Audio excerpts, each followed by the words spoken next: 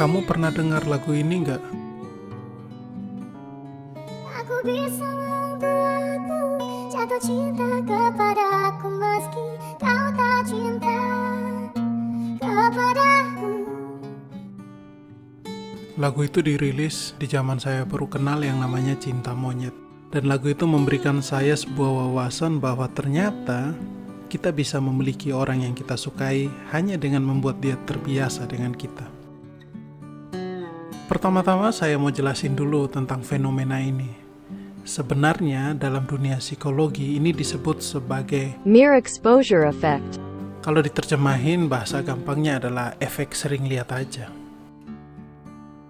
Nah, menurut teori efek sering lihat, semakin sering kita menerima stimulus tertentu, maka penilaian kita terhadap stimulus tersebut bakalan semakin positif. Ini tidak berlaku cuma pada manusia dan kisah cintanya, tapi ini juga sering banget dipakai dalam dunia periklanan. Itulah alasannya kenapa iklan yang kamu lihat berkali-kali bakalan terasa lebih meyakinkan dibandingkan iklan yang cuma muncul sekali. Kamu pernah nggak sih punya teman dekat sama lawan jenis atau sesama jenis kalau kamu gay? Awalnya kamu anggap dia biasa-biasa aja, tapi makin lama temenan, sering ngobrol bareng, sering jalan bareng, lalu kamu merasa kok mulai kelihatan menarik gitu nih orang. Pernah nggak?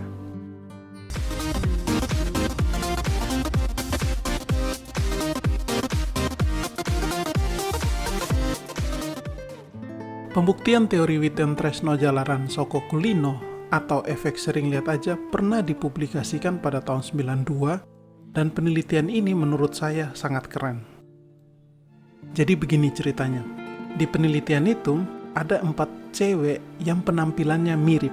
Terus keempat cewek itu pura-pura menjadi murid di suatu kelas yang besar. Nah, yang membedakan keempat cewek tersebut adalah seberapa sering mereka datang di kelas tersebut. Ada yang tidak pernah datang, ada yang datang 5 kali, ada yang 10 kali datang, sama ada yang 15 kali datang. Setelah akhir semester, murid-murid lain yang ada di kelas itu disuruh untuk menilai keempat cewek tersebut. Menurutmu, siapa yang paling oke di antara mereka? Jawabannya adalah cewek yang paling sering datang terlihat lebih menarik dibandingkan yang lainnya. Kenapa ini bisa terjadi? Kalau saya rangkum dari penelitian itu ya, kurang lebih prosesnya seperti ini. Awalnya kita sebagai manusia emang pada dasarnya akan berhati-hati dengan hal yang baru, karena dianggap ada kemungkinan bahaya dari hal yang baru tersebut.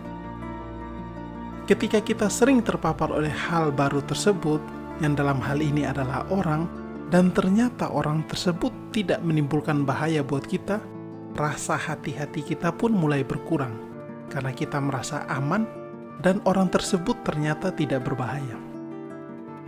Gampangnya kayak gini, kalau kamu baru kenal sama orang, kemungkinan besar kamu bakal jaga jarak, baik dari segi intensitas maupun topik pembicaraan. Kayaknya tidak mau ngomongin hal-hal yang terlalu personal sama orang yang baru dikenal. Nah, lama-lama karena sudah sering bertemu dan sering ngapain bareng, akhirnya mulai familiar dan merasa nyaman.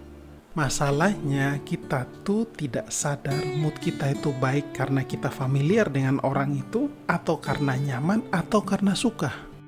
Otak itu kadang-kadang itu suka bodoh, tidak bisa bedain mood happy karena kita bersama orang itu apa karena rasa nyaman, rasa suka, atau hal yang lainnya. Dan tidak cuma itu, kalau sudah terlanjur nyaman, bisa jadi kalian memutuskan untuk lanjut jadi pasangan tanpa benar-benar mempertimbangkan apakah kalian berdua bakalan cocok atau tidak sebagai pasangan. Dan kalau ternyata sebetulnya tidak cocok, bisa jadi nanti malah hubungan kalian menjadi toksik. Jadi sebenarnya bisa aja kamu dan temanmu saling jatuh cinta karena terbiasa. Buat kalian yang sekarang punya pasangan dan alasan kalian jadi pasangan karena efek sering lihat aja, terus kalian merasa hubungan kalian kok kayaknya nggak seindah waktu PDKT dulu, bisa saja hubungan kalian toksik. Saran saya, perlu untuk mempertimbangkan lagi hubungan kalian. Sekian dulu dari saya. Akhir kata saya mau mengingatkan bahwa jatuh cinta karena terbiasa itu bisa-bisa saja. Tetapi tentu saja ada syarat dan ketentuan yang berlaku. Ingat, ketika kamu punya pasangan, dia bakal jadi sesuatu yang penting dalam hidupmu. Oleh karena itu, pilihlah dengan bijak.